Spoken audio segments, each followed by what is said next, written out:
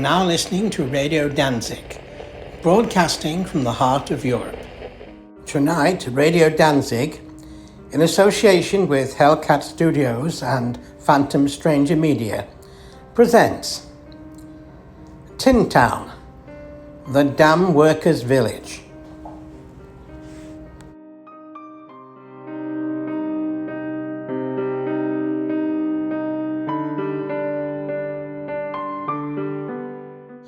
Faced with a future shortage of fresh potable water in many cities of the English Midlands, the authorities decided to flood the northern end of the Derwent Valley.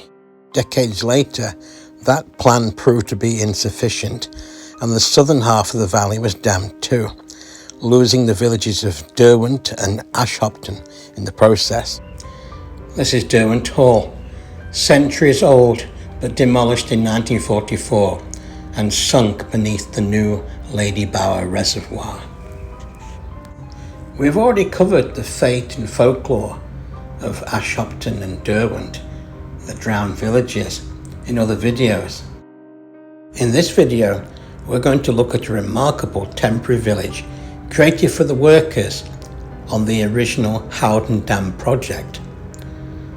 An ephemeral community even more remarkable because it was constructed with Edwardian ideals and resources.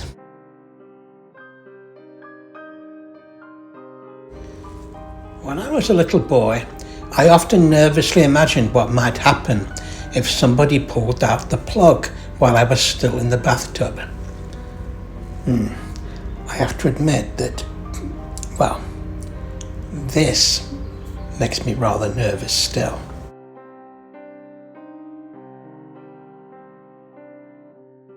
Birchinlee, popularly known as Tin Town because of its corrugated iron buildings, existed between 1902 and 1916. It was intended to be a model village for the construction workers who were there to build the Howden and Derwent Dams. Many of those workers had previously worked on the Elan Valley Dam in Wales, where the provided accommodations and facilities were much more rudimentary and often managed more along the lines of a work camp than a community. Happily, the Derwent Water Authorities sincerely strove to make Birchinlee a happier, more human place to live.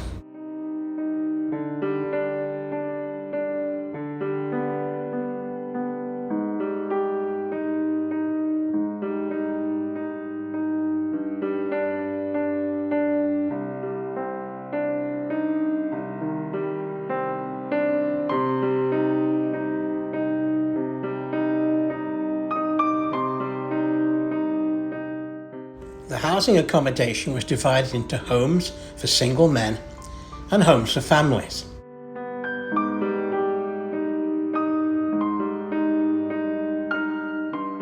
Birchinlee had two hospitals, both relatively small but very adequately equipped.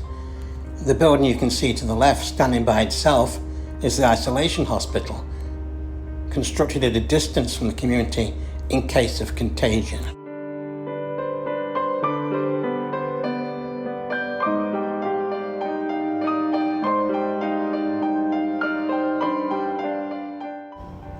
The streets and houses were laid out neatly, on grids that matched the sewerage and waste systems beneath them. In some ways, this little town for workers had better amenities than the other longer established villages in the area. Birchinlee had a public bathhouse.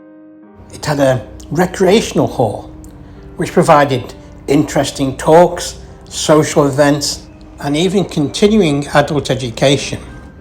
The chiefs of the Elan Valley project were presumably good Welsh chapel-going folk, and they preferred temperance, so they didn't allow the workers in their accommodations to have a pub. However, Birchinlee did have a pub, but for reasons of apparent propriety, it was called the Derwent Canteen.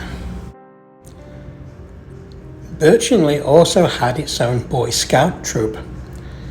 I tried to use an AI program to clarify this photograph, but I think it got quite confused because one or two of the faces appear to have been stuck on after the event.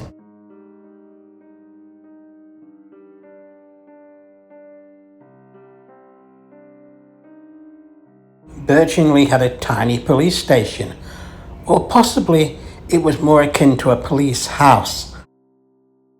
A building that provided accommodation for a constable and a cell for miscreants.